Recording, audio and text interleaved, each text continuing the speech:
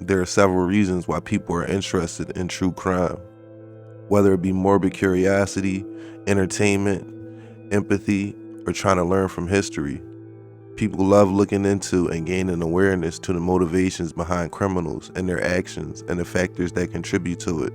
True crime stories can be thrilling and suspenseful, and people may enjoy the excitement of trying to solve the mystery. People may be drawn to true crime stories because they feel empathy for the victims and their family and want to learn more about their stories and experiences. Some people may be interested in true crime as a way to learn from past mistakes and prevent similar crimes from happening in the future. Overall, people's interest in true crime is complex and can be influenced by a variety of factors, including personal experiences, psychological motivations, and cultural trends. Now take that interest in true crime and apply that to female killers, and you open up even more interest in people. Whether it be gender stereotypes, women are often seen as nurturing and caring. So when a woman commits a violent crime, it could be seen as a violation of gender norms and expectations. This can make the crime more intriguing and newsworthy. People may be interested in the psychological motivations behind why women commit violent crimes and how they differ from male offenders. And female killers may be seen as symbolic of broader societal issues related to gender, power, and violence. It is important to note that the interest in female killers should not be seen as glorifying or celebrating violent behavior. Rather, it is a multifaceted phenomenon that can be influenced by a variety of factors.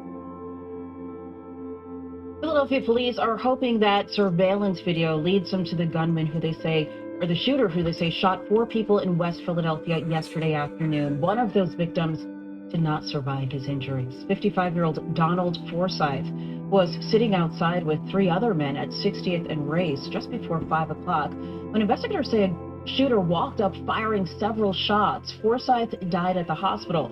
Police say there are several cameras in the area, and they believe one of those cameras did capture video of the shooter. In September of 2022, investigators released surveillance video in an attempt to identify 2 people connected with a shooting that month that left 2 men dead and 2 others injured.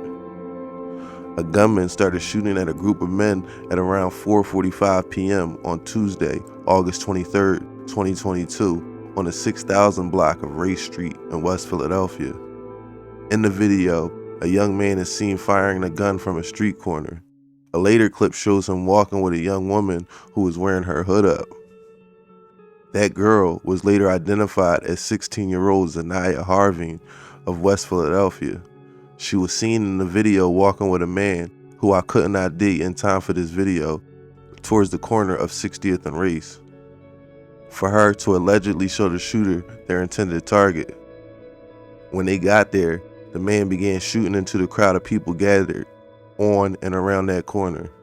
Just before 5 p.m. on that Tuesday, 4 men were sitting and talking, as neighbors said they often did, when the gunman walked up and opened fire without saying a word. Donald Forsyth, 55, who lived on the block, was struck in the groin and died at Lincoln Medical Center at around 8 o'clock that night, police said. 33-year-old Guy Moore Rookwood died at Penn Presbyterian Medical Center just after 1 a.m. the following day. He had been shot multiple times in the torso. A 60-year-old man was shot in the left leg, and a 33-year-old man was shot in the right foot. Both were listed in stable condition at the time. Investigators found 16 fired cartridge casings at the scene that they believe came from a .40 caliber handgun. A second victim in a quadruple shooting in West Philadelphia has died from his injuries. 33-year-old Guy Moore Rookwood passed away last night. He was sitting outside with 3 other men on Tuesday night when police say that someone walked up and fired several shots. This happened at 60th and Race Street. 55-year-old Donald Forsyth died shortly after the shooting, and the other 2 men are in stable condition. Police have not made any arrests. I don't know what happened that day and the days and weeks leading up to the shooting to know for sure why those 2 men lost their lives and why the other 2 men had their lives altered forever.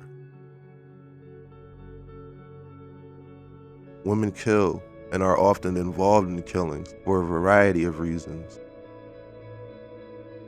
Every time I would come across the Philly's Most Wanted Fugitive page, I saw some people I recognized and most I didn't, but one face in particular always stuck out to me: Inayiah Sparks.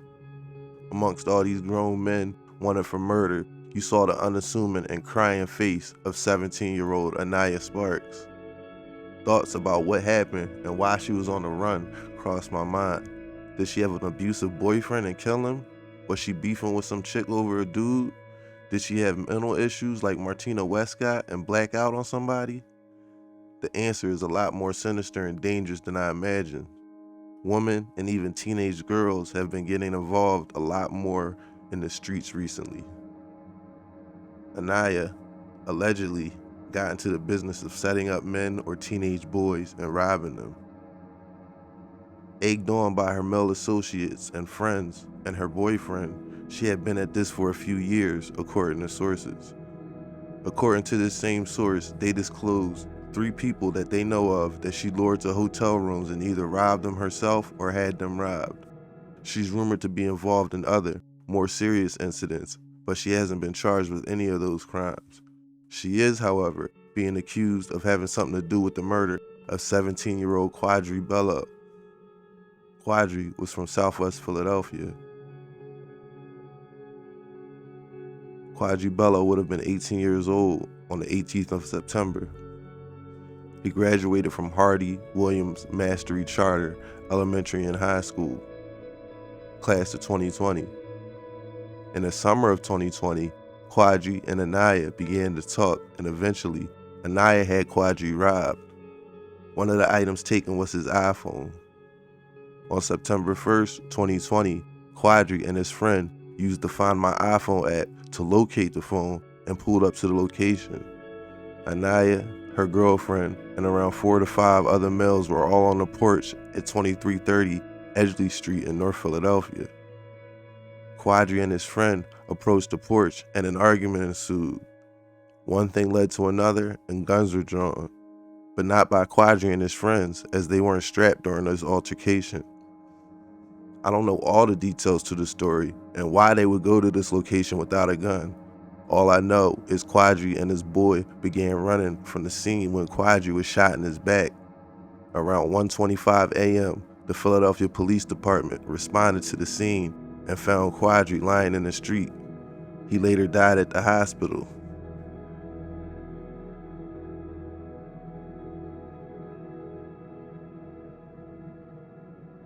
Breaking this morning, Philadelphia police believe a fight over a cell phone ended in deadly gunfire.